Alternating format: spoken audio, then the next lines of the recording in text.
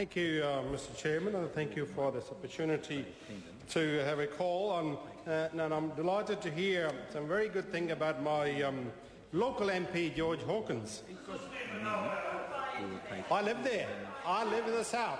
Remember that? I've been there for 4 years. You didn't notice that, did you? You have not been.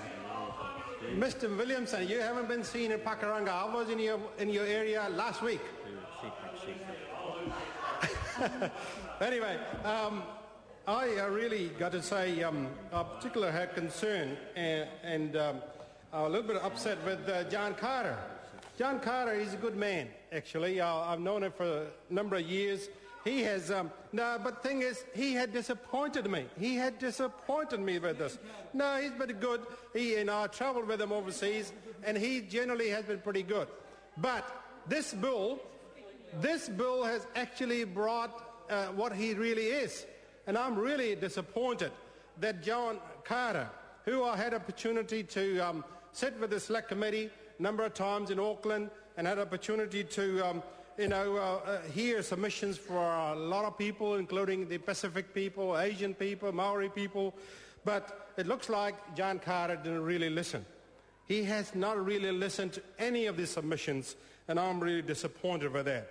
And I want to say, Mr. Chairman, that this bill has totally ignored the ethnic people of not only New Zealand but Auckland, where most of our ethnic people live.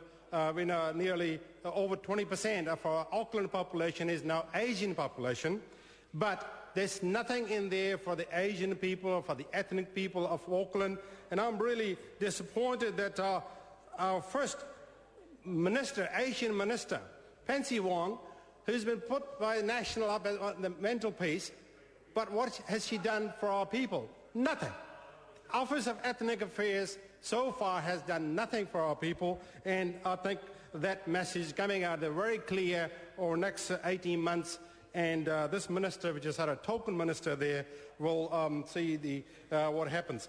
But, Mr. Chairman, we are quite disappointed that this bill, with just a token panel for the ethnic community, which is suggesting that there will be a panel appointed by the mayor.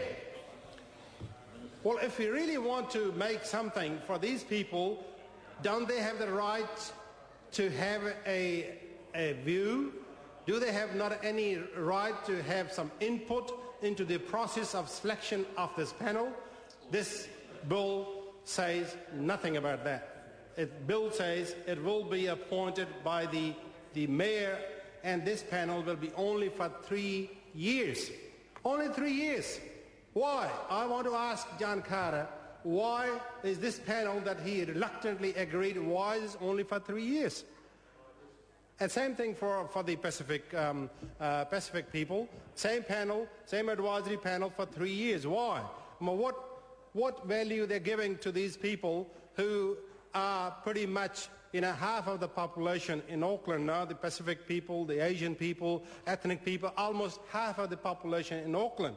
And they are given only one paltry panel for these communities and no input in terms of selection of these people in the panel. No input is suggested in the bill. So we are going to definitely put an SOP which will suggest that we should have input in selection of this ethnic panel and the Pacific communities panel, that there should be input from the communities themselves before this panel is selected. But Mr. Chairman, we got to, as a country, we got to look forward and future. Our future is tied up with Asia.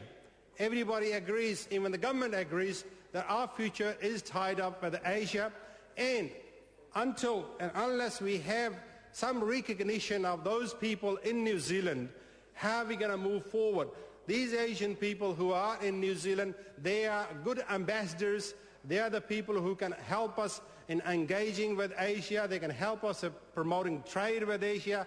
But when they are here, they got no say. And this one minister we have who's a be put on the mantelpiece, but she has done nothing for our people so far. The message that we're getting, there's nothing happening.